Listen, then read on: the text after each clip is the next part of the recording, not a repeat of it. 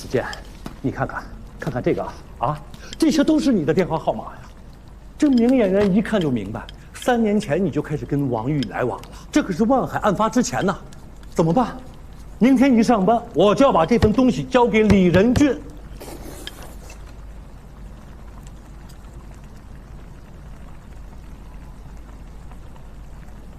说话呀！先你冷静点儿，不至于。我现在很冷静。李仁俊为什么要让我查这份电话记录？他查出来之后，一定能查出王玉，查出王玉就能查出你们天龙集团，查到你们天龙集团就能查到我建鸿飞。你们俩天天都不动脑子，光那吃，你们以为案子办完了就结束了吗？幼稚！你还是做律师的，真他娘的幼稚！老谢，你有收过王玉的钱吗？这好像我收王玉的钱干嘛呢？是你们要扳倒万海的，又不是他。所以啊，到底是谁要告万海？是王玉。如果出了问题，也是找他，查不到你，查不到我的。再说了，老谢，案子查到现在，有谁敢说万海不是黑社会啊？嗯？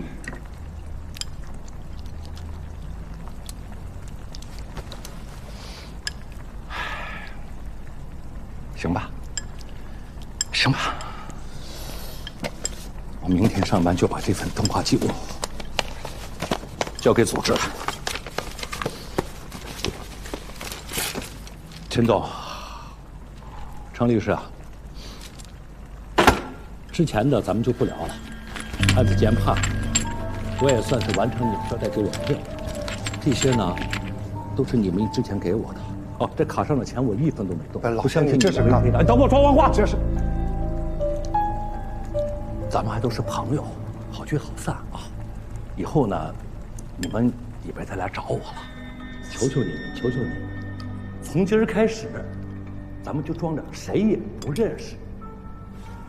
老谢，哎，哪有收的礼退回来？来，你什么意思啊？程子健，你拿着，你什么意思啊？不，咱这么多年了，你没有功劳也有苦劳，得拿着。你别跟我提功劳苦劳的事，我这有苦劳，你自己也得为老娘吧？你少欺负老娘！我告诉你，不许你收！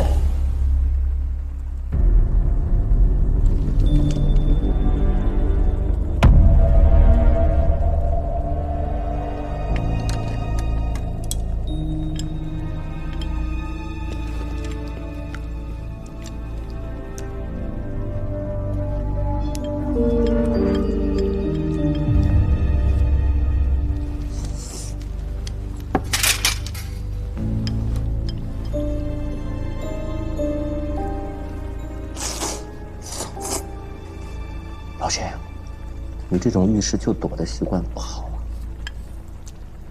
你得改啊。这有啥困难咱一块想啊，办法总比困难多，对不对？蹲着干啥呀？吃饭。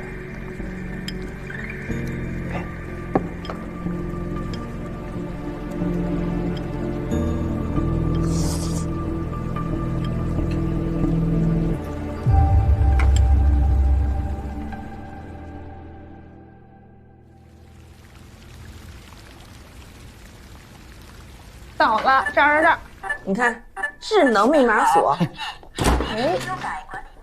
哎，怎么样？全屋智能啊！哎，客厅一会儿看啊，咱看竹啊，先看竹啊。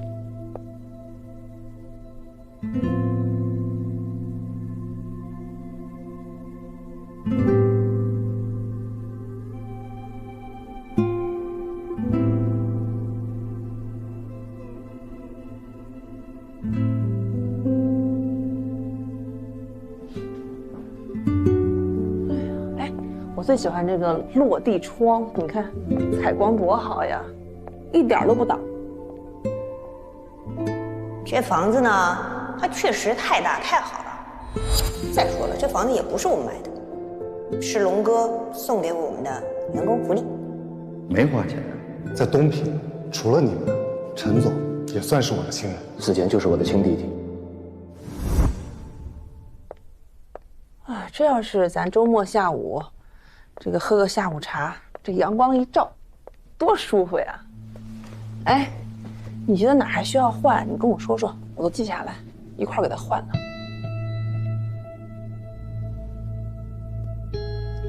领导给个指示呗。把这房子退了吧。啥？我说把这房子退了。为什么呀？也没为什么，你退了就行了。你让我退，你得给我个理由吧。我这好不容易捡个漏，凭什么我退呀？你觉得是捡漏？有没有可能这个房子落在咱们手里，别人看中的就是咱们的职务还有位置？你想多了吧？这房子我不买，别人也会买。我问你啊，陈胜龙有没有求你办过事儿？没有啊。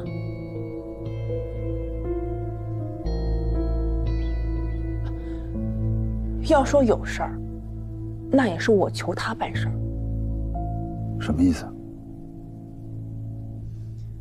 你这万海案一办就是3年，我这3年我这区里面一堆烂摊子要收拾，我现在每次我连去市里开会我都抬不起头来，你知道吗？你为我想过没有啊？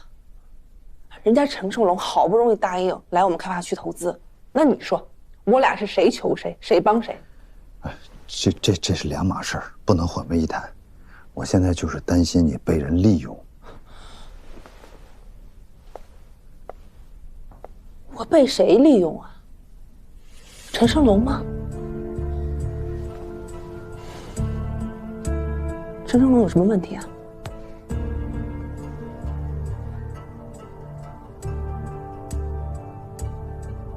柳月，你们现在在政商合作，你拿了这套房子就会授人以柄，甚至有可能会职务犯罪，你明白吗？我怎么我都职务犯罪了？我这买套房我都职务犯罪了？我又不是没给钱。李姐，你今儿不是来看房的吧？你是来审我的吧？这儿是家，是房子，不是你的工作室。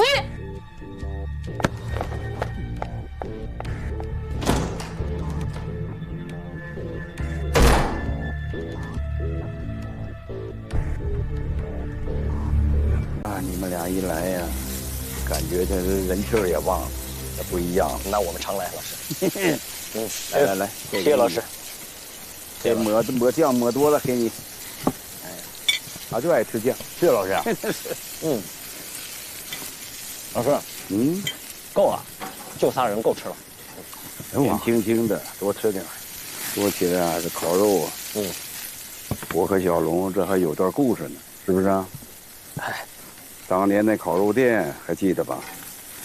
忘不了，那是我第一次吃烤肉。虽然我这个洗煤厂刚刚接手，规模不大，但是你放心，我给你的价格一定是咱们东平最。您这当老师的怎么出来干这个呢？哎呀，吓孩子！有魄力！你们不是吃完了吗？就没吃完啊？不是你们买完了？你小偷！你这你边儿我没偷吃，偷吃我东西，你不是小偷吗？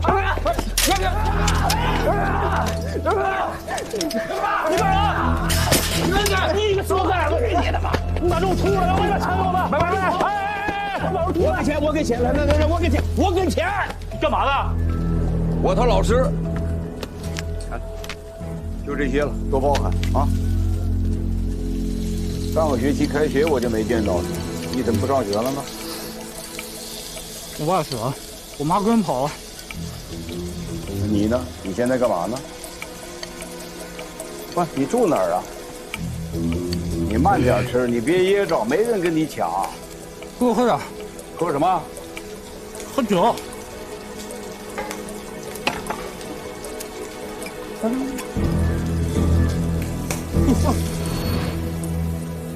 苦日子都过了，别忘了现在这好日子是怎么来的。老师，我呢要是没遇见你，我就是一小偷。哎妈呀，你说谁呢？你说谁小偷呢？干啥呢你啊？那个，他说归你，我不抢啊。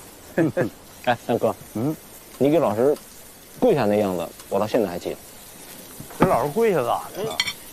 我这命都是老师给的。哎呀，可别那么说，幸亏有你们两个陪着，要不然呢，我也就是一个孤寡老人呢，还烤肉，烤啥也没人吃。说起来，小龙这跟我的时间是最长，吃的苦也是最多了，尤其还替我蹲了1年牢。嗨，老师，这不是应该的吗？老师欠你的。说啥呢，老师？谁欠谁呀？你真要抗诉吗？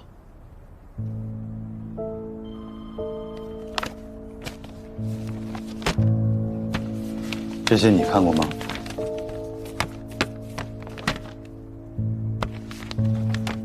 你觉得有问题吗？李姐，万海案已经结案了，这可是咱们东平政法系统多少人几年的心血。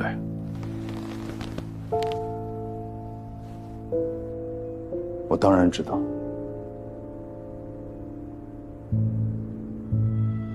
行，那我先去忙了。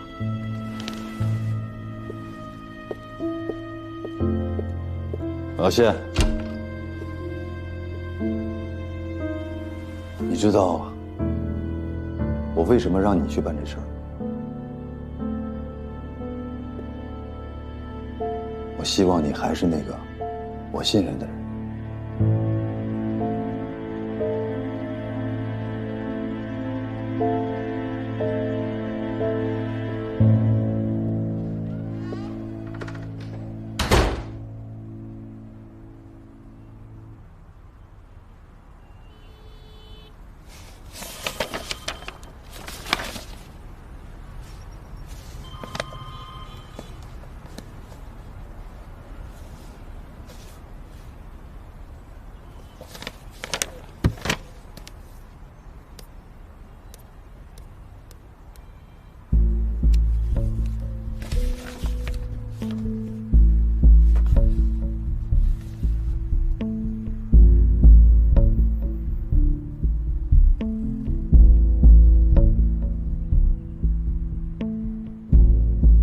你跟老谢什么时候认识的？认识多长时间了？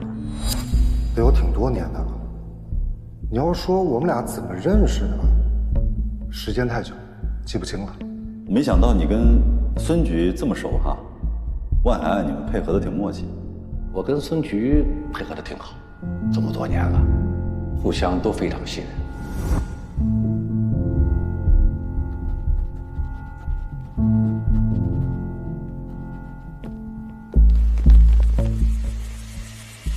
他们为了给我罗织罪名、伪造证据、定我的罪，不就是因为我阻拦了他们办万海吗？你指的他们是谁？东平市公安，东平市检察院。那你给了张文京什么好处？钱呢？给了多少钱？几次？哪几次？每次分别给了多少钱？如果你可以对涉案的所有细节重新梳理，自然会找到证据。如果万海的案子不成立，那么我的案子也自然会被推翻。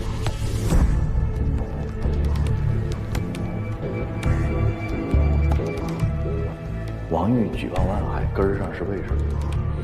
不就是因为万海侵占了他这个集散中心吗？啊，那侵占当时他怎么不说呢？他不但没跑，他完了还给人家万海跑那儿打工去了。伤害案完了，该抓的该判的，半年了他才拿这个事儿说事儿，也是他在等什么呢？如果说王玉有问题，那就证明万海案整个这个案子能做不实诚，你自己心里有点数。可后来呢，乔振兴给换了，换成了您刚才说的另外一位谢鸿飞检察官。他觉得我这案子拖的时间太长了，跟我说能不能换一位律师。我说我律师挺好的，为什么要换呢？没成想过了几天，张文京变成了黑社会同伙了。我觉得张文京有问题，于是就让孙局去查了查，果然还真有问题。咱再说回来，谢鸿飞检察官，只要我认罪伏法，他就能帮我立功减刑，互惠互利呀。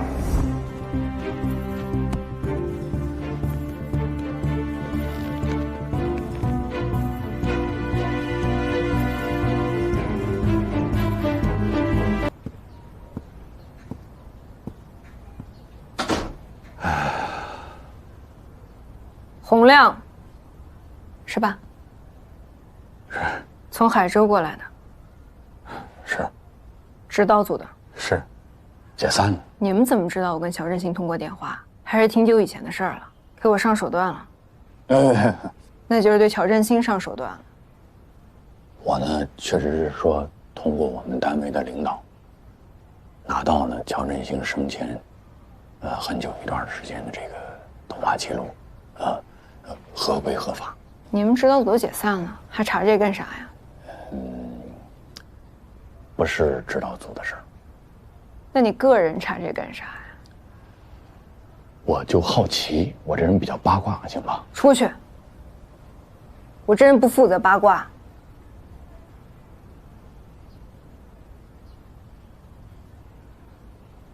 我是乔振兴的好朋友，他走的不明不白，我确实心有不甘。我想知道，有什么事是他没完成的，看看我能不能帮他完成。我想知道有什么心愿是他没了却的，我想帮他了却。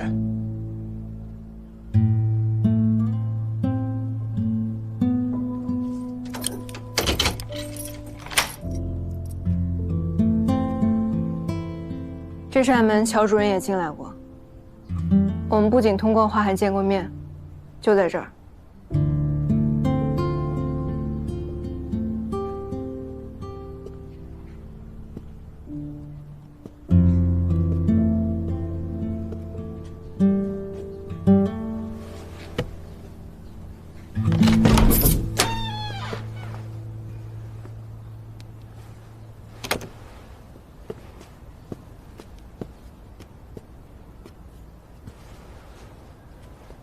我爸、我妈身体一直不大好，前几年走了。太不行了。我爸走得早，他是被人用枪打死的。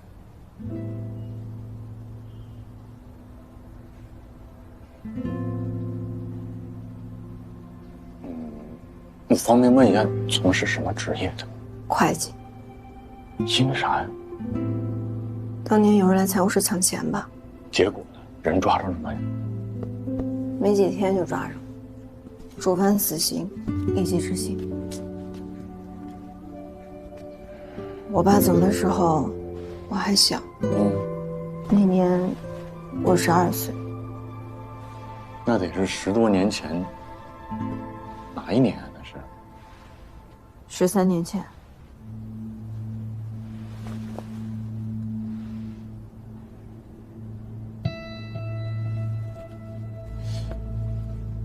小杨，我方便问一下，说你爸那个时候生前是在哪个单位财务室？万川矿业，就是万海的那个矿。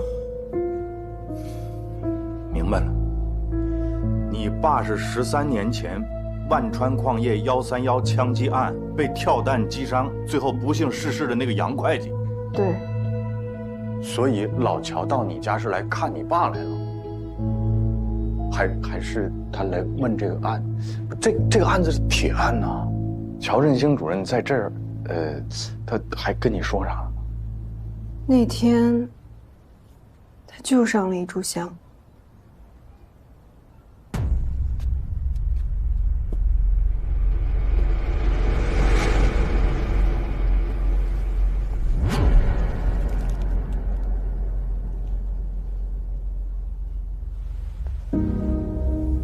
对不起，当年的案子办错了，杀害你的凶手，我们搞错了。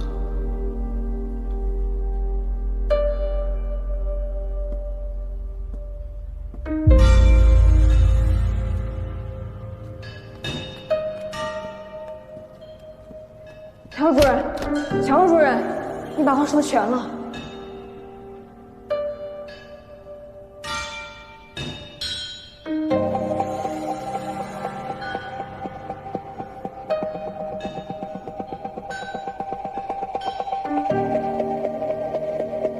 办错了，办错了。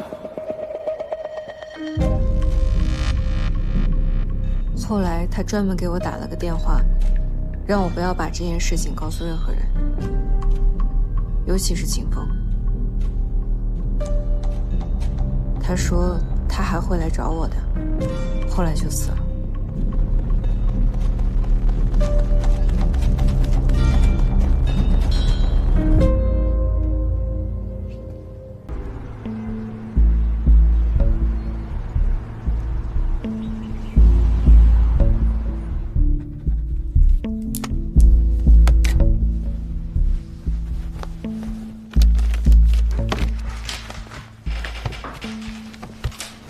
您稍等啊。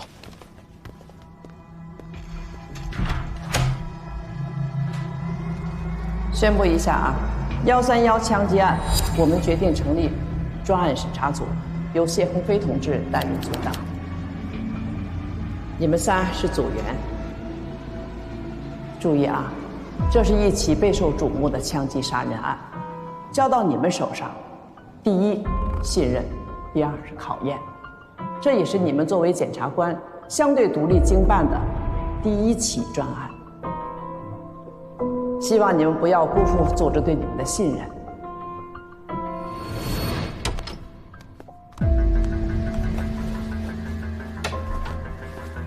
这是你还的节奏，谢谢，你慢慢看。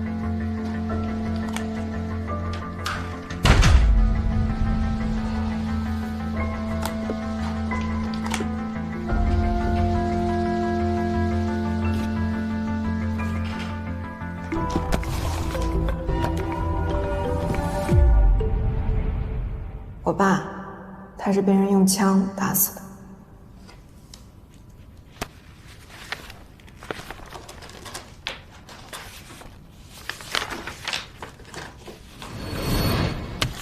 行了，谢谢四姐。你点一下。来，这里还需要您签个字。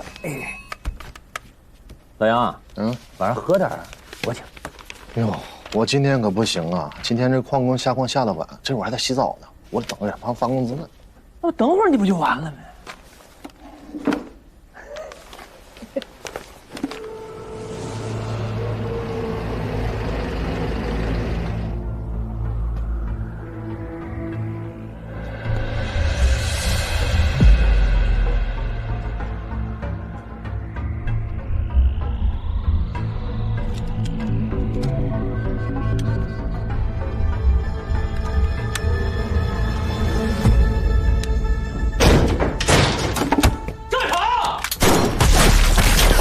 根据公安机关的调查，犯罪嫌疑人孙一虎和王大勇都是无业游民。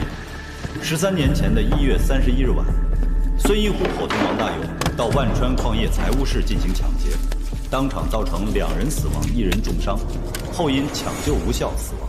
本院认为，上述犯罪事实清楚，证据确凿，被告人供认不讳，其罪行严重危害社会治安，破坏社会秩序，判处孙一虎死刑，剥夺政治权利终身。孙一虎，你还有什么遗言吗？签字。已对犯罪嫌疑人验明正身。带走。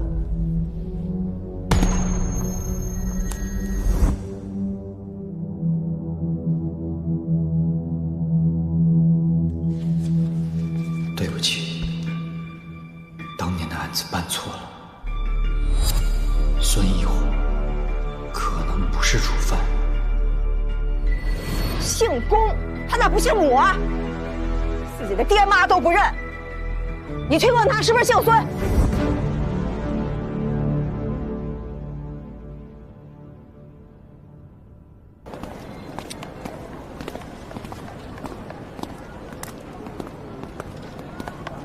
老志，咋又是你？你本不姓龚，姓孙是吧？你让我找那王丽是你妈，你爸孙一虎，对吗？你爸孙一虎，你全家孙一虎，也那么恨孙一虎呢？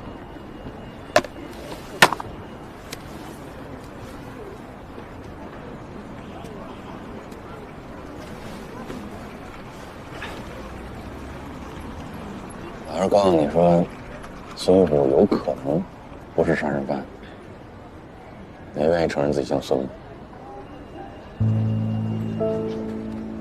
那给你打款那个乔振兴啊，是个检察官，我跟他一样，我也是。他死了。他死之前一直在查131枪击案，他觉得你爸可能不是杀人犯，所以我问的事儿呢，跟他有关。你愿意帮我这忙吗？下次你再过来改一下。谢老板。啊，好，再见啊。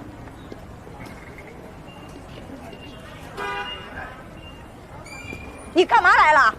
你是把他给带来啥意思啊？你来干嘛？赶紧走走走！王丽，我今天来就问你一个问题：孙玉虎是不是杀人犯？你啥意思啊？你是不是也是个检察官啊？你还让不让我过日子啊？我最后一次问你，他到底是不是杀人犯？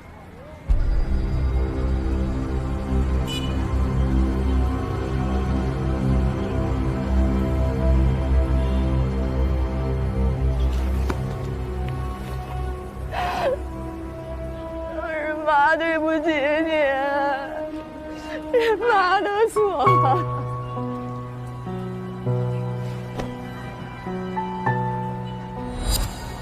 当年厂里效益不好，孙玉虎早早就从厂里离开了，现在不好干嘛？就做一些散活勉强糊口。胡哥，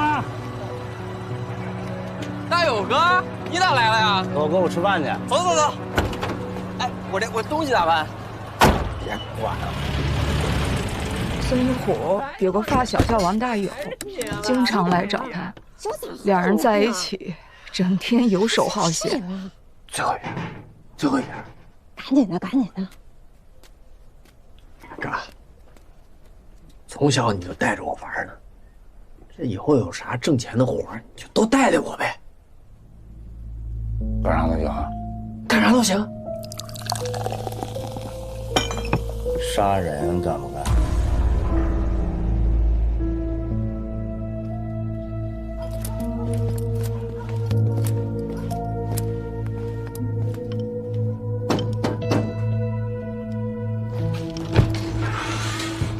咋了哥？虎哥，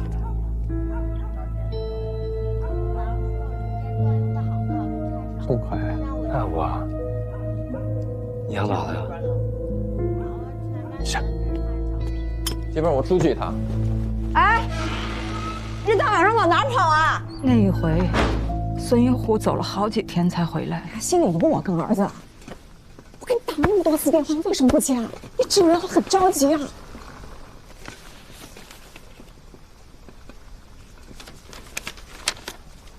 跟安琪，这里20万，我杀人了，记住，谁问你都说不知道，千万别提这些钱的事。我活不了多久，我要不替王大友顶罪，他们不会放过我们全家。反正也是一死，拿我这条烂命替王大友顶罪换这20万，也算是没白死。你呀，拿着这些钱，带好咱儿子。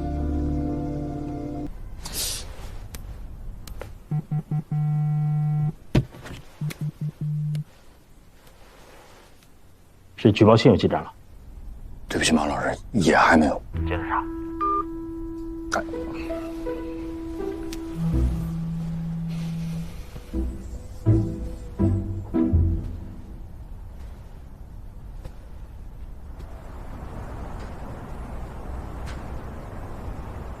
李仁俊，咱民主一点，能不能听听其他人的声音？哪怕只有1%的可能，他万一就是了呢？这后果责任你负吗？啊，你能承担得起吗？你给我讲后果？哎，你告诉我131案是个什么案子？是个震惊全市乃至全省全国的大案要案。哎，咱们除了考虑法律效果之外，是不是也要考虑一下社会效果跟政治效果呀？老百姓怎么期待这个最后办案的结果呢？还有，蓝检把这个案子交给咱们3个人，为什么？组织和领导对我们有什么期待？枪案必破，从快从重，明白吗？现代司法最讲究的什么证据？证据这有啊？怎么这什么证据？谁说没有？这不是正儿楼道的权利你们在这吵吵，不像话！这是检察院，又不是菜市场。我过来宣布一下领导的意思啊。由李仁俊同志担任这个案子的主办检察官。我还是那句话啊，你们呐，心里头有点数，啊，大局为重。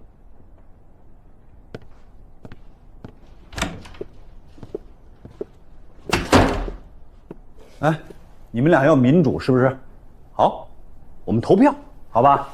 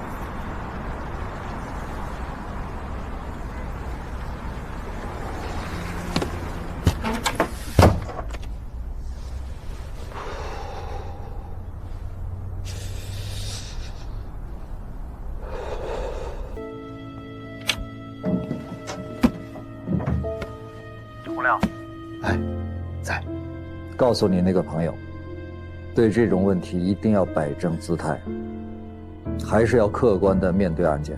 不管是目前正在办的案子，还是以前办过的案子，该汇报的就要汇报，该推翻的就要推翻。司法的公平正义，永远是第一位。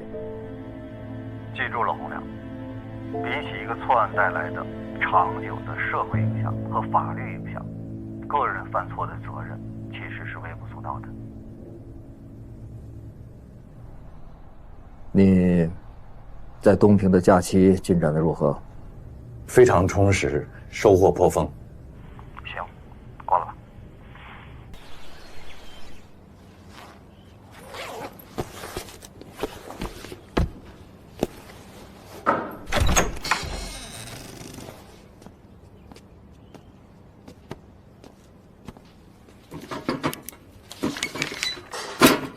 谢谢啊。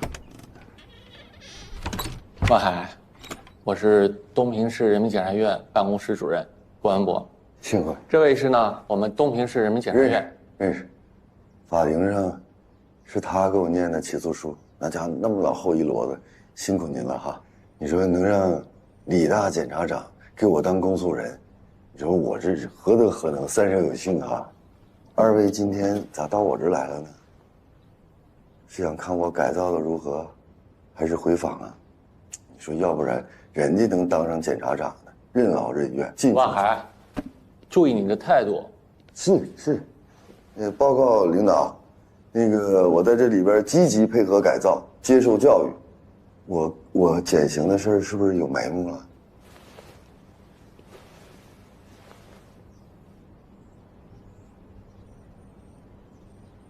万海黑社会性质组织案，我个人认为办得不彻底。他还想咋彻底呀？这判了10年10个月了，再彻底就无期了。在你开庭第一天，张文京就喊：“万海无罪。我们不是黑社会，我们是被冤枉的。”那是不是说东平公检法系统有黑恶势力的保护伞？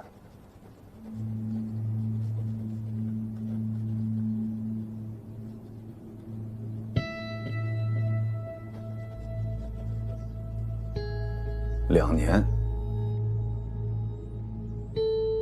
，2年你都没有认罪，可乔振兴被撤下来之后，你就认了，为什么？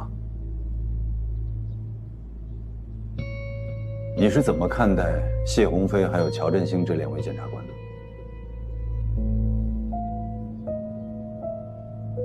您瞅您问的这2位，如果我没记错的话，他们应该是你的团队的人吧？那他们是什么样的人，您应该比我更清楚啊，问得着我吗？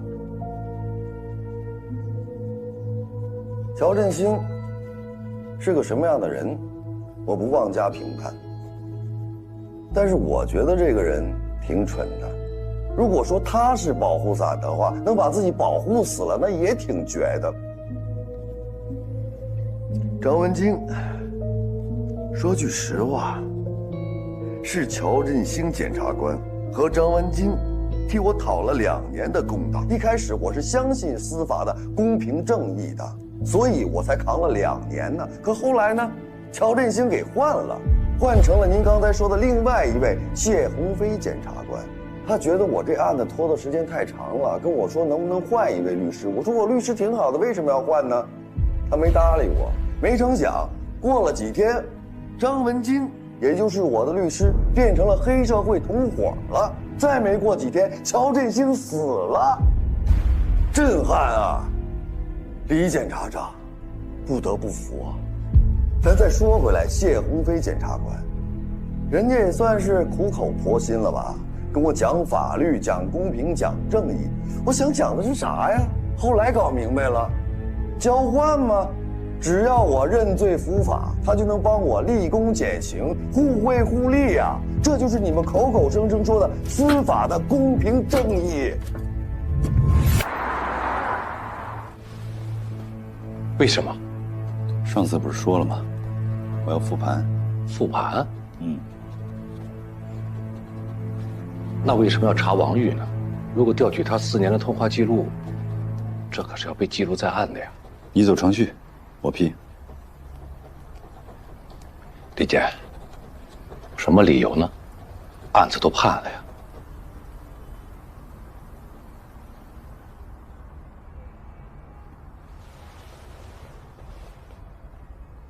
我要抗诉。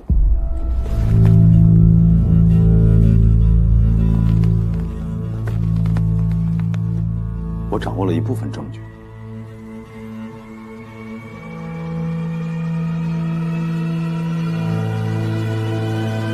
好，我马上去办。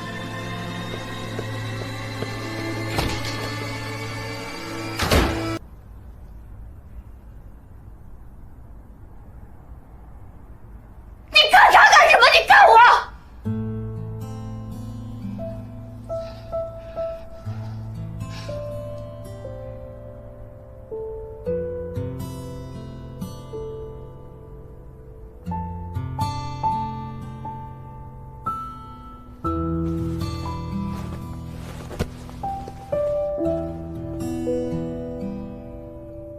那天，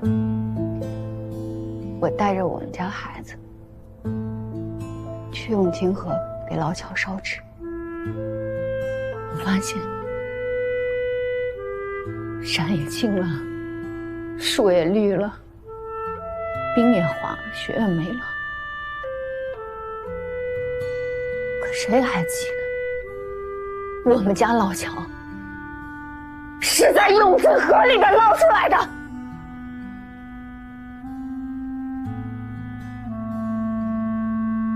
万海案都已经尘埃落定了，在整个东平，谁还记得有我们家乔振兴这么个人？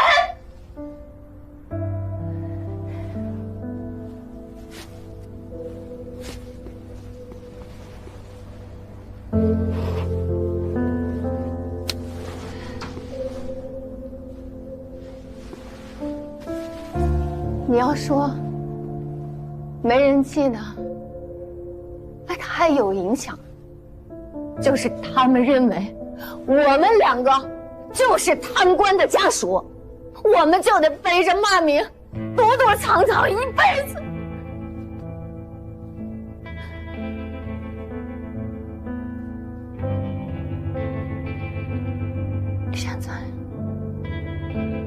我工作也没了，孩子连学都上不了，我就想着我来省里，我好不容易我才见到了你孙专委啊！你呢？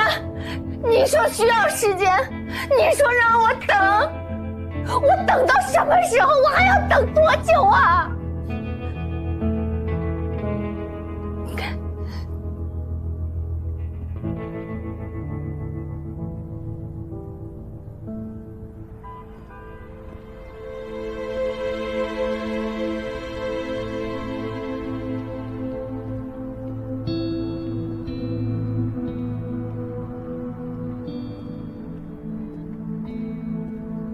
洪亮，经党组研究，准备调曹野来接替你的位置。这个小曹你是知道的，业务能力很强，有担当，就是脾气有些急。移交工作的时候，你一定要多些耐心。另外，你得劝你张怀恩，他也想调职去一部。大家都不喜欢在十一部干，看看你带的好头。忙什么呀？安抚安抚他。曹嘛，我手拿把掐，分分钟安抚到位。什么小曹？小张张怀恩，小曹是要移交工作，小张是要劝他留下来，安抚他留下来。对。回头移交工作的时候，把这个材料交给小曹。哦。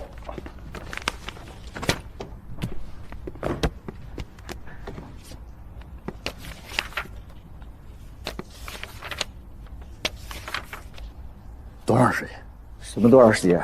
上次那个中兴路那个水样，多长时间？哦，50场行。回头我帮你问问。这回啥头啊？你这不是分分钟就知道的事吗？上次您跟我说的，说只要出结果，第一时间告诉你。等等，等啥时候？再等等，再等等是啥时候？我哪知道啊！等等，我告诉你了。不是你等来等去，我衣服脱了个屁的！你冲我嚷什么？等等两个字听不懂啊！出去！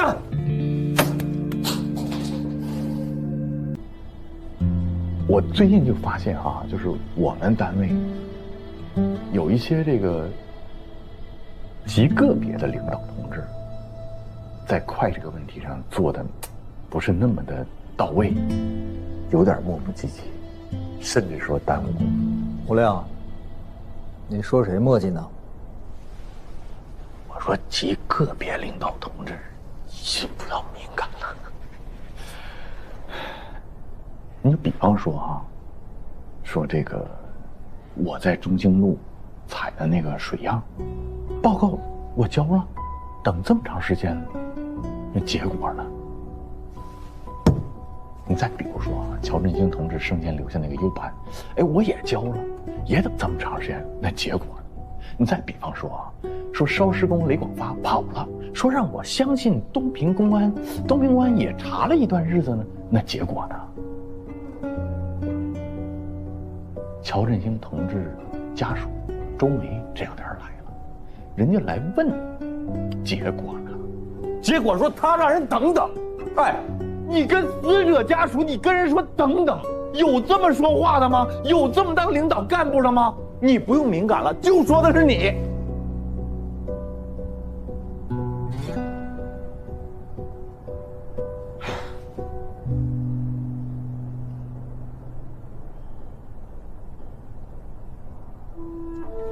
洪亮同志，刚才一连串的发问很尖锐，也很真实。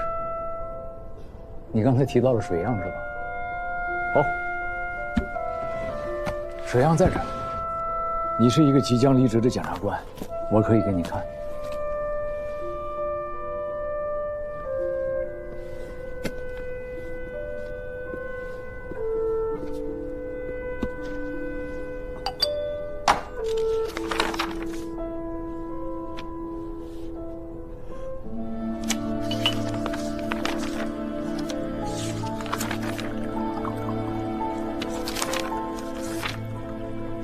张姐，东平那份呢？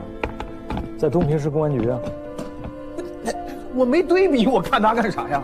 你问得很好，是把这份拿到东平去，还是把东平那份拿到这儿来呢？把这份拿过去，让他们自己查自己。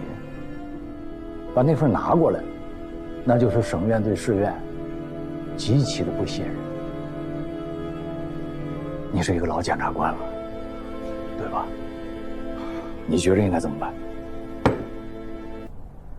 我希望你把话说完。也许我们下一步如何处理这个案件，你的话是最有价值的。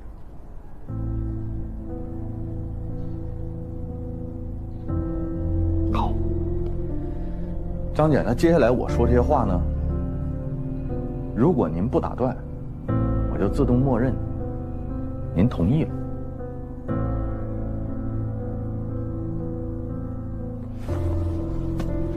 首先，我的这份离职报告给您添麻烦了，再麻烦您帮我保存几天。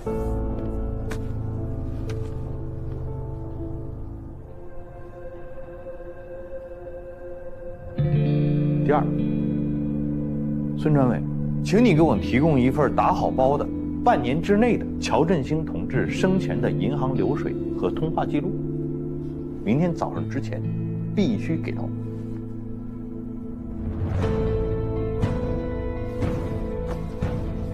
我通知你，我要请个假，7天1天不能少，而且不许包含法定节假日。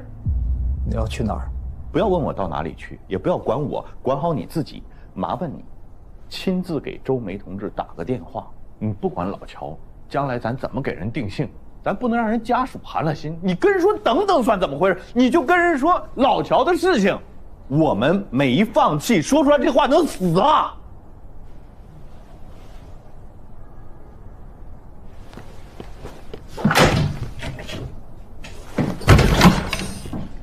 张姐，我走了。我呢，现在就要让他们看看，11部不是吃干饭的。11部的检察官，哪怕说要离职了，我们也能遇佛杀佛，遇鬼杀鬼。我们要证明，首先我们不光是检察官，我们还是一个堂堂正正的人。一把快刀啊！走。好。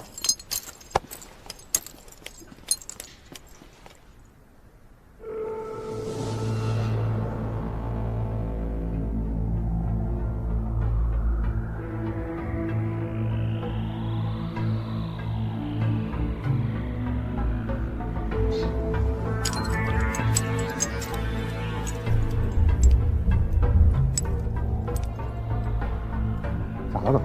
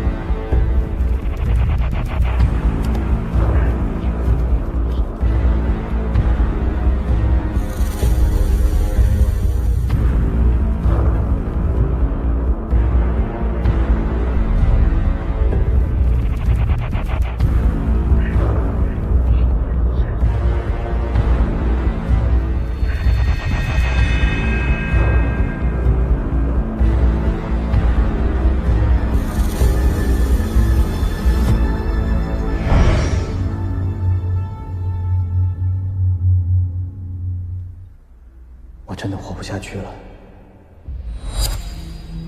因为我是万海黑社会性质组织的保护伞。我承认，我收过万海的钱，答应帮他们洗脱罪名。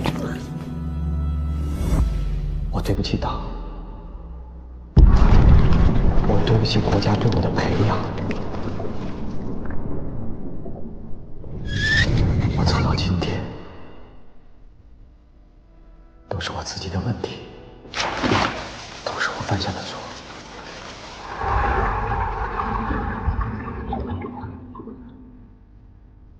我咎由自取，我死有余辜。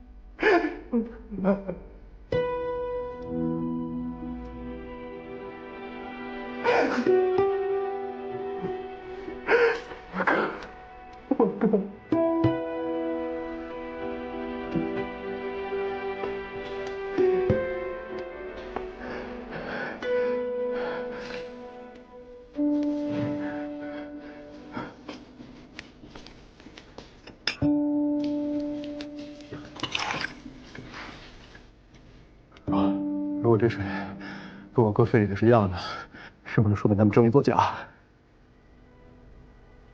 是不是？是这意思。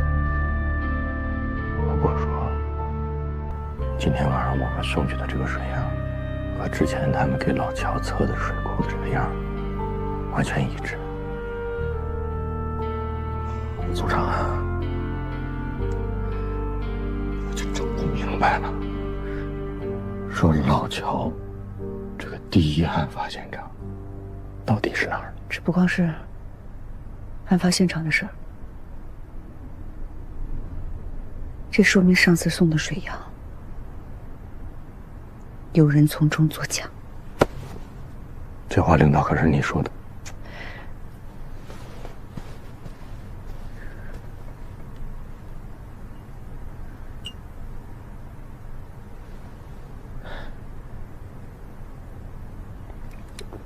洪亮，我认为有必要对乔振兴的尸体进行2次尸检。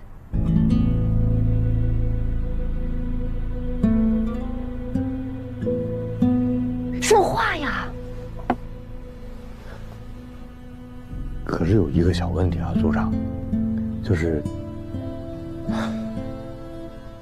老乔现在在殡仪馆里。他的告别会就在明天上午，我约摸着也就是10点，差不多就结束，然后就送炉子里边。那个时候我们就没办法进行2次尸检。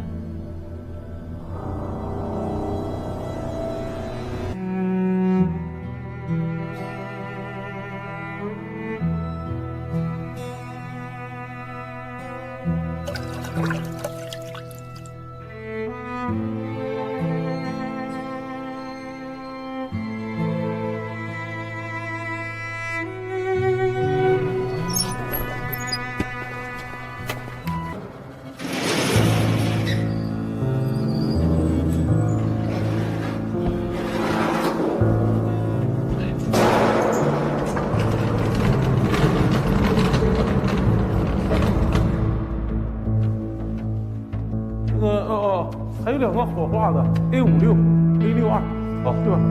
哇！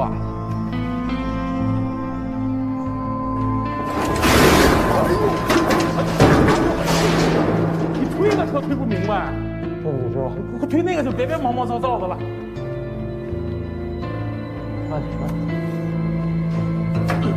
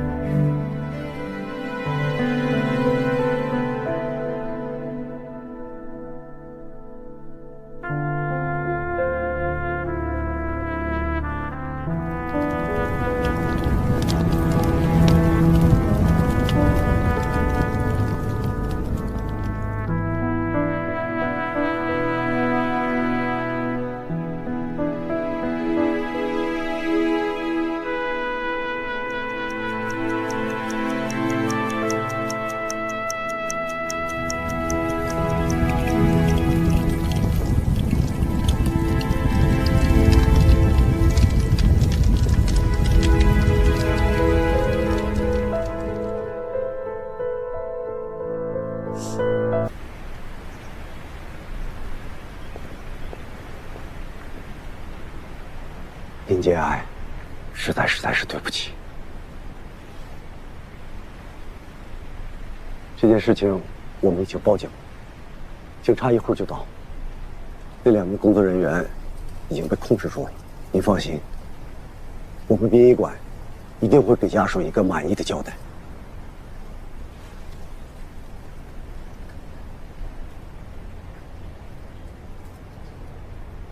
这是老乔吗？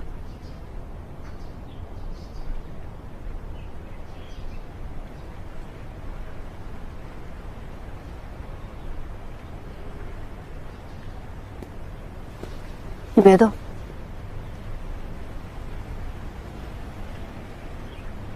周梅，我送你跟孩子回去吧。不必了，李姐。不让我们开追悼会，也就算了。现在连见老乔最后一面的机会都不给啊！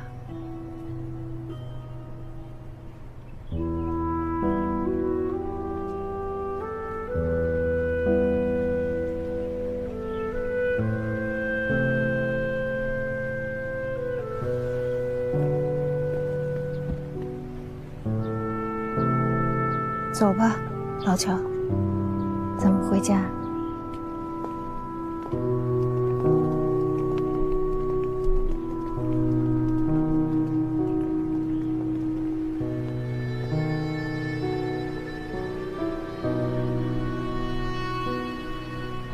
我错了，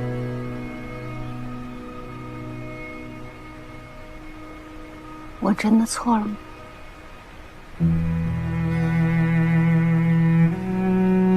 如果我今天早上要是没答应，我是不是也能见老乔一面？跟谁？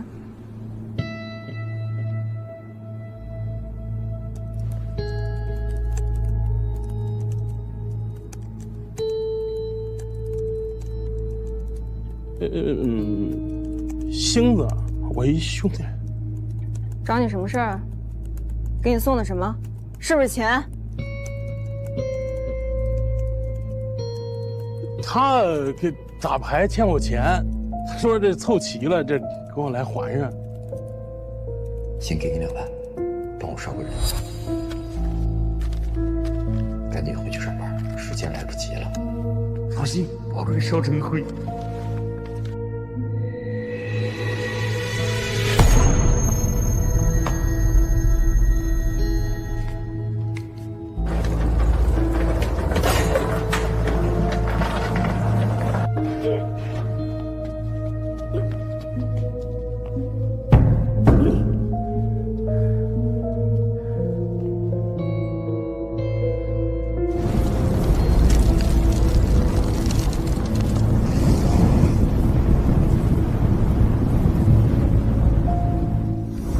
一大清早特意来给你送钱，我们这帮人就是口碑很重要。你有钱之后，你第一时间给人拿过去，你要么你这头也没有挑日子还呢，是吧？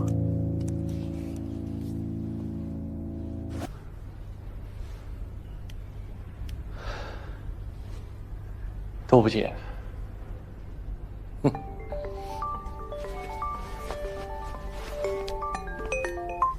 喂，李姐。到了吗？啊，我们到了。到是到了。人家闭门不见，打电话也不接呀。等，就在那儿等着。好。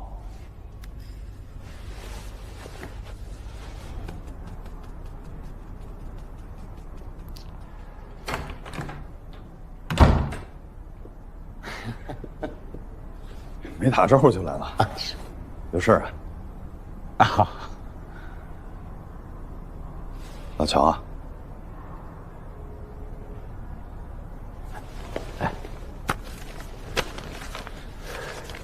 其实这个事儿搞得我也是非常的被动，我这电话都攥在手里了，可是后来想了想，还是过来一下，当面给你瞧瞧。分局那边啊，把相关人员啊全都问了一遍，得出来的结论呢，是这个火化工雷广发操作失误。这个尸体啊，误烧。老许，你别跟我说这个，这上面每个字我都认识，我就想问问你，你信吗？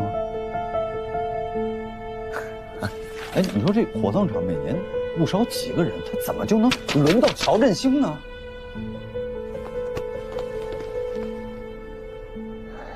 这个分局的人啊，确实是把相关人员都问了一遍，得出来的结论呢，确实是误烧。那你让我怎么交代？我怎么跟指导小组交代呢？人家说要24点，你尸体就误烧了。洪亮从火葬场出来，人家指导小组就从楼上搬走了。我在这去请人，连见都不见。你让我拿这个去跟人说，我怎么交代？怎么跟指导小组交代？他们什么意思？啊？这可是对东平检查的不信任。老许，你就给我交个底儿，这东西，你信吗？我，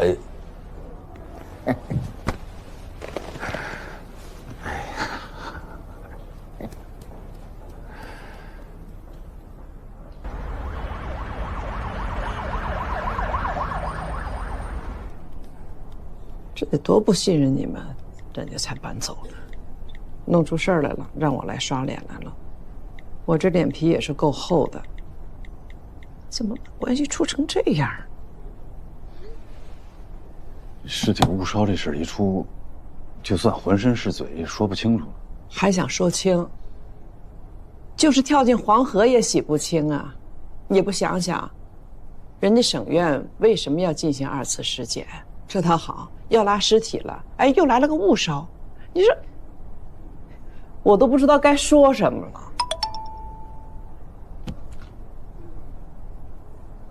你看吧。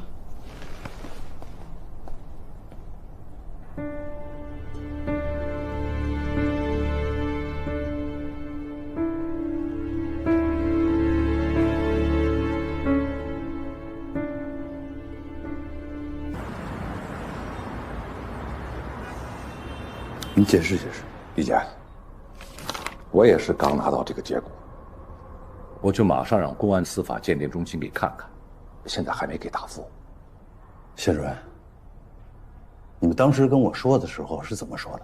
公安递过来的证据确实充分，没有任何问题。咱们办了2年多的案子，怎么指导小组一来，处处都有毛病？咱们案子就是这么办的。李健，您先别生气。这省院的仪器还有专业人员的素质，确实比咱们市里要高出不少啊！你这个时候想起专业人员素质来了？哎，当初你们审查卷宗的时候是怎么做的？签个字看一遍，这事儿就算完了？咱们签个字是要负责任的，谢主任。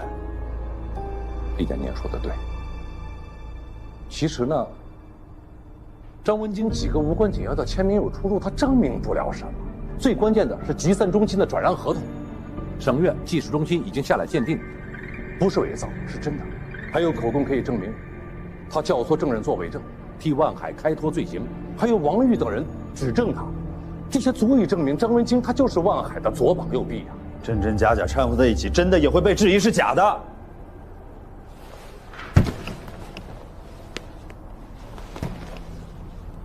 您是担心他们会拿这件事情做文章？那这样吧，把证据有瑕疵的张文京案剔出来，单独审查。可是万海案证据链闭合，没有问题，依然可以起诉。那张文京案怎么解释？怎么向上级交代？怎么向社会交代？伪造文书很有可能是万海团伙为了混淆办案人员视线，企图将罪行推脱到张文京一个人身上的一种手段。张文京态度反复，也很可能是内部利益分配不均造成的。老谢，咱们办案子不能只靠可能2个字儿。李健，我这次一定把工作做在前头，绝不辜负我们东平政法系统2年多来的努力。您放心。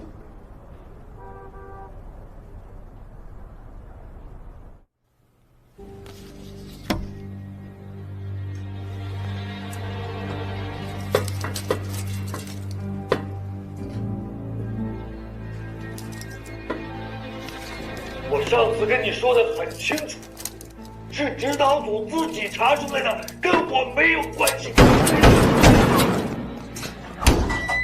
怎么了？我的当事人情绪有点激动，没事啊，冷静点啊，没事没事。别把事情搞大，你冷静点，听我解释行吗？你想干啥？首先第一点啊，王玉现在的所作所为不受我们的控制。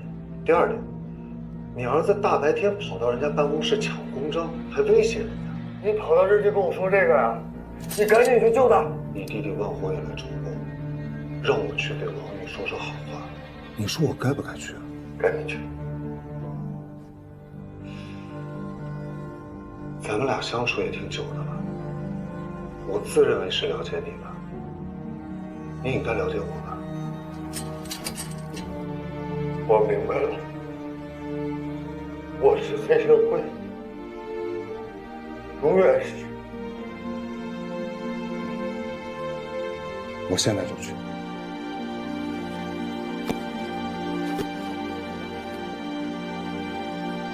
那要是指导小组过来，我他妈永远是黑社会。哎，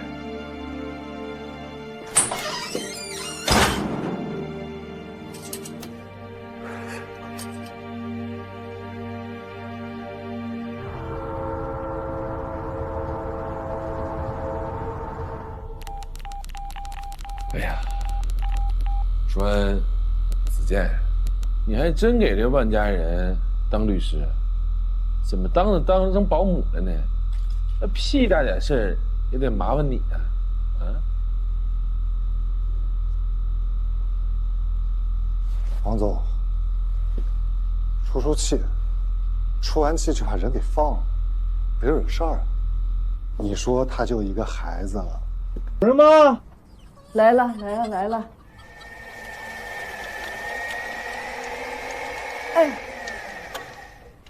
哎，大娘您好。你们是谁呀？啊，我们是谢主任的同事。他在单位呢，你们怎么找这儿来了？哦，我们是那个。怎么回事啊？啊，啥意思？你从哪儿来的？我当然问你，你们从哪儿过来的？怎么会跟到这儿来呢？你别喊，没完没了啊，是吧？讨厌不讨厌呀？出去，上拉我去。老谢，我告诉你，红亮，有什么事咱俩明天办公室说。你不找我，我还得找你呢。哎，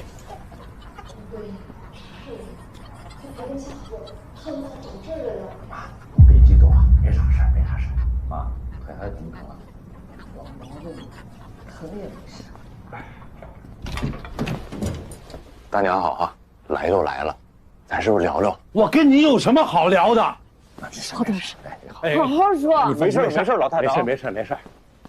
谢主任，小赵，我来，你别扒拉我，来，小赵，我跟你说好，您说，不是说吗？啊，今天你们审了我1天了是吧？啊，谁给你的权利？洪亮，你个王八犊子，你翅膀硬了是吧？给我上手段了，今天去了我家，现在又追到我老娘这里了，你说你什么意思啊？我呢，现在脑袋里边也一堆问号。你说你今天下班，你不回城里那个家，你就跑这儿来了，你搁谁不怀疑啊？你明天又不是休息日，你明天还得找我谈话，那就是说你今天晚上一会儿，你还得再骑1个半点再回城里，你再回家你睡不睡？你管得着吗？洪亮，小张，我明确的告诉你，我拒绝回答你。现在我都想问问你俩，你们是怎么找到大屠村的？盯梢是吧？肯定的呀。你看，你都承认了。好，现在你告诉我，谁盯得梢？啊，你们对我下了什么手段？今天不给我一个满意的答复，我明天我就到省院去告你，还有你。老谢，您是前辈，咱都是老检察。你说，干咱这行的，能随随便便对一个人上手段吗？如果上手段，是不是肯定有一个正当的理由？但这个理由是不是不能跟当事人来讲？你现在还说让我把这个盯梢人张三李四王二麻的名字告诉你啊？那你不让我从中作郎吗？你少给我上坟烧报纸，你糊弄鬼呢？你又上坟又烧纸，你大半夜不吉利呀！这点招数我都明白。第一，没有证据吧？第二，把手续让我看呀！我不跟你废话，我这就给李检打电话。哎，我给纪委打电话，我他妈告你！行，那你别告我走。走！哎呀，好心好意，真是的。哎，我多问一句，你摄像头，你咋拍我呢？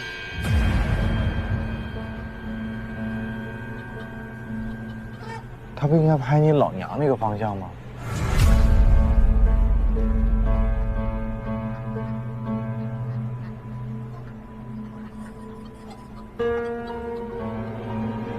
前2天刮大风，把它吹歪了不行啊！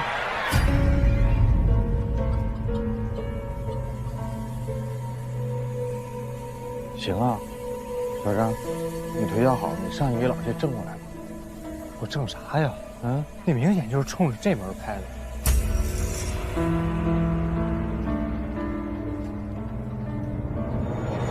干什么，小张？我告诉你，这是我养的鸡窝。你干什么？啊，鸡窝有什么好看的？我爸一直说要在院里整个鸡窝，就逼着我给弄，我哪会啊？我正好进里边学习一下，行吗？不能！我告诉你，我不允许你进我的鸡窝。红亮，我告诉你，我只要有3长2短，我怎么饶不了你？你听我说，红亮，你怎么红亮？红亮，你别进去啊！红亮，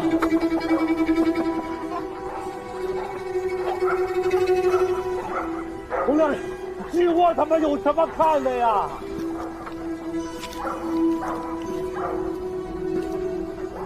哎呀！金润，你怎么找人呢？红亮，你怎么疯了你？金润，我天！红亮，你出去！鸡窝有什么好看的呀？鸡窝有什么好看的？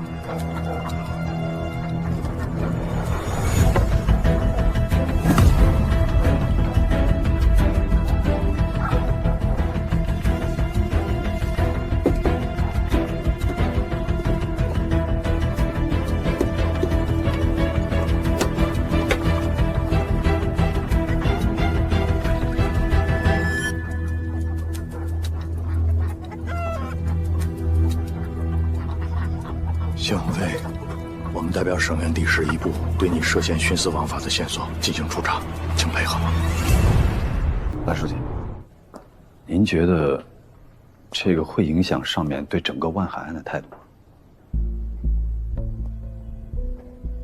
连续2任主办检察官出问题，再加上张文京案，现在很可能是被扩大化的，你说有没有影响？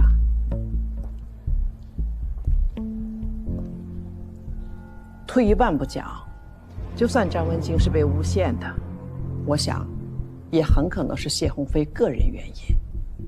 你作为主管领导，有监管不力的责任，但我想不会牵扯到整个万海案的成果。你要对整个案子有信心。那如果有人就是非要揪着这件事情不放，把2个案子合在一起呢？那也要实事求是。相信指导小组肯定会有一个正确的判断。既然到这个份儿上了，我们马上自查自纠。如果张文京确实是无罪，马上放人，还人家一个清白。接下来你知道该怎么办？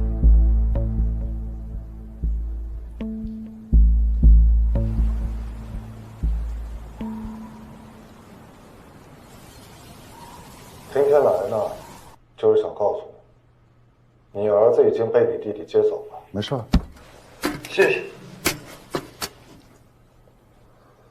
还有个小忙需要你帮。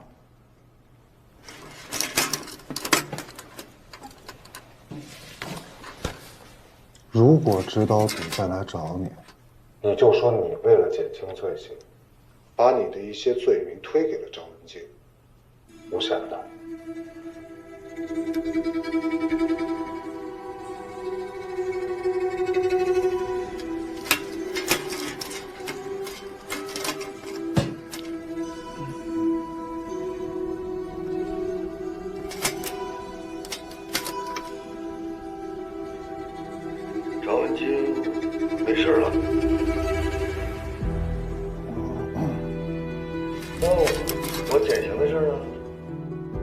啊？不是你们还有多少这种忙需要我帮的？不是，我说没有问题，人家会信吗？人家信不信你不用管，你只管说就行。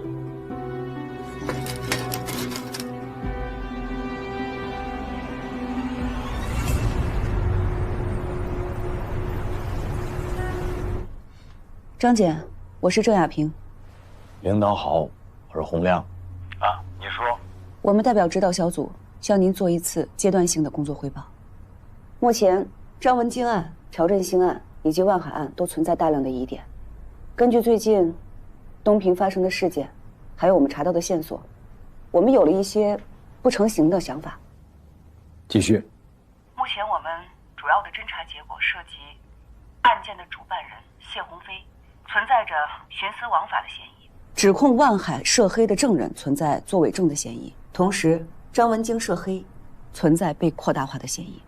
还有一个情况，我们每次一查到点线索，就会有内部的人跑风漏气。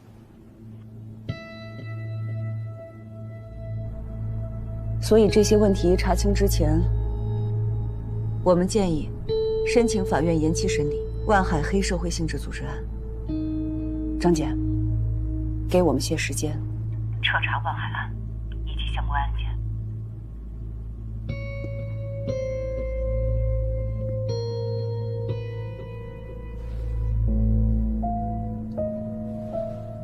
张姐，东平的情况确实复杂。你们说的这个情况我都知道了，啊，任俊在我这呢，正在汇报工作，你们等我指示。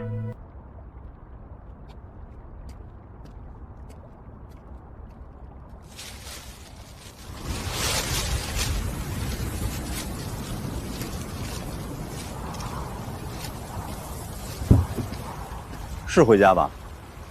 啊，不是给你的，给你家老头老太太的。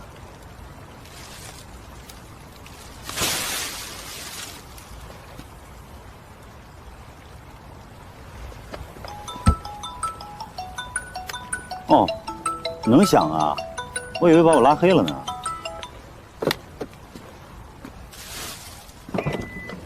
知道指导小组要撤了，我就猜着你怎么也得回来看看爸妈吧。哎，你说，你这刚来的时候，你作为指导小组的副组长，还能上我们家吃饭，这要走了给你打电话就死活都不接，害得我只能在这儿堵你。我知道你们家在哪儿，我不去，知道为什么吗？怕你尴尬，主打一个懂事儿，看着没？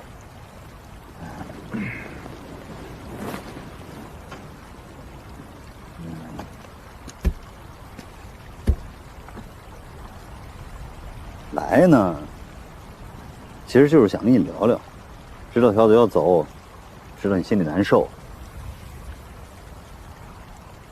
哎，你不知道吧？这段时间你们在这儿，让我明白好多，让我变得更通透了。特别是你啊，看每次见面都急头白脸，但是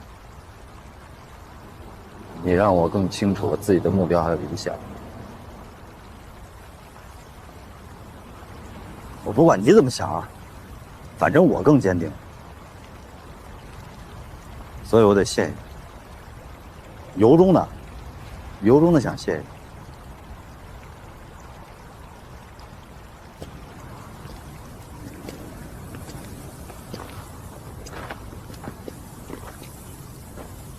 前两天打了个电话，跟我老婆，这又说起来，咱们上学时候这个学生会主席竞选的事儿。啊，说乔振兴那一票投给谁了？李仁俊，李仁俊那票投给谁了？也投给李仁俊。这事儿当个笑话说了20年，20年了。哎，你不好奇说当时我那票投给谁了吗？我跟你说说，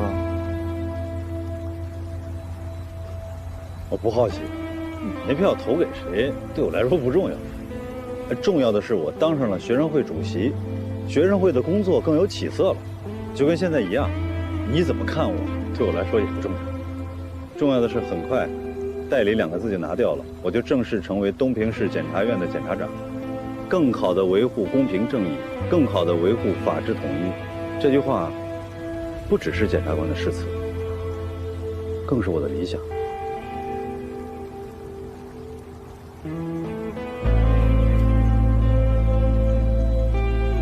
不顺利。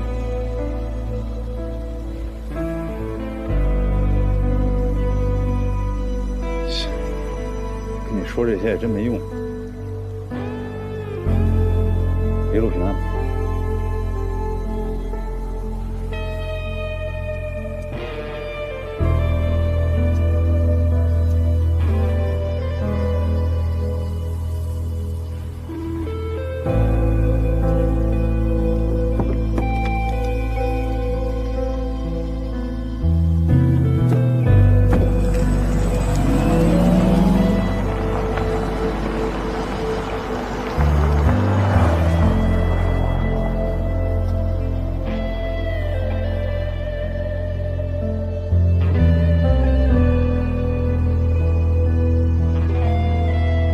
根据您的指示，指导组已经撤回来了。我不是抱怨啊，就是有点担心，同志们辛苦了工作那么久，就怕他们有情绪。另外，也担心我们会失去先手。这个案子刚查出一点线索就被掐断了，你想深入查，就有人来说情。你说为什么？够强硬，关系网够密实。我们撤回来，对方固然可以稳住阵脚、炸军篱笆，但是我们也可以麻痹敌人，让他们充分表演表演，看看他们的路数。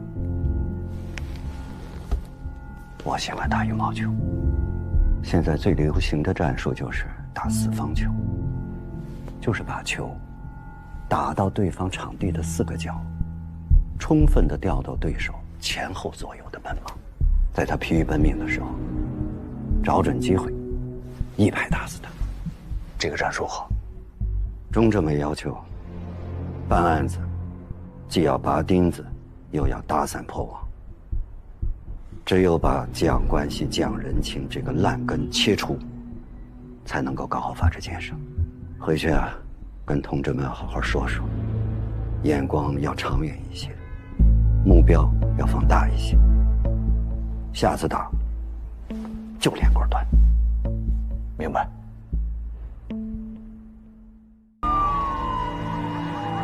今日，社会各界高度关注的万海黑社会性质组织案，在东平市中级人民法院重新开庭审理。此前，该案嫌疑人万氏集团法律顾问张文金当庭喊冤。经过检察机关、公安机关周密细致的核查工作，最终认定张文金不构成犯罪。东平市人民检察院决定撤回起诉，张文金被无罪释放。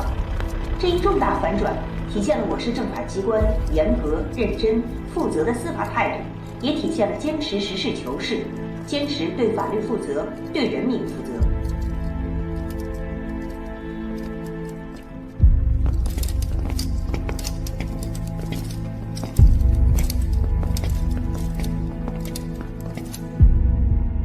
被告人万海犯组织领导黑社会性质组织罪，判处有期徒刑7年；犯强迫交易罪，判处有期徒刑1年7个月；犯寻衅滋事罪，判处有期徒刑9个月；犯敲诈勒索罪，判处有期徒刑2年2个月。数罪并罚，决定合并执行有期徒刑10年10个月。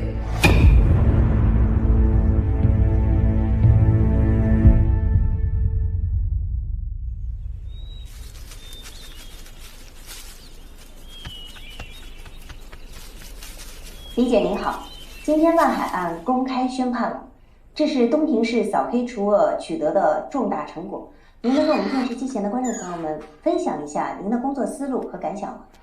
万海案是一件社会影响大、群众关注高、舆论广泛聚焦的黑社会性质组织案。在这起案件的办理过程中，我们检察院主动向上级机关请示，主动加强与公安机关和法院等相关部门的协作配合，建立了顺畅的沟通机制，有力高效地推动了案件的办理。那检察机关作为法律监督机关，在打击违法犯罪中起到了不容忽视的作用。我想请问，您觉得检察机关该如何扮演好这一角色呢？检察机关作为国家的法律监督机关，检察院的主要职责就是履行法律监督职能，保证法律统一正确的实施，保障社会的长治久安。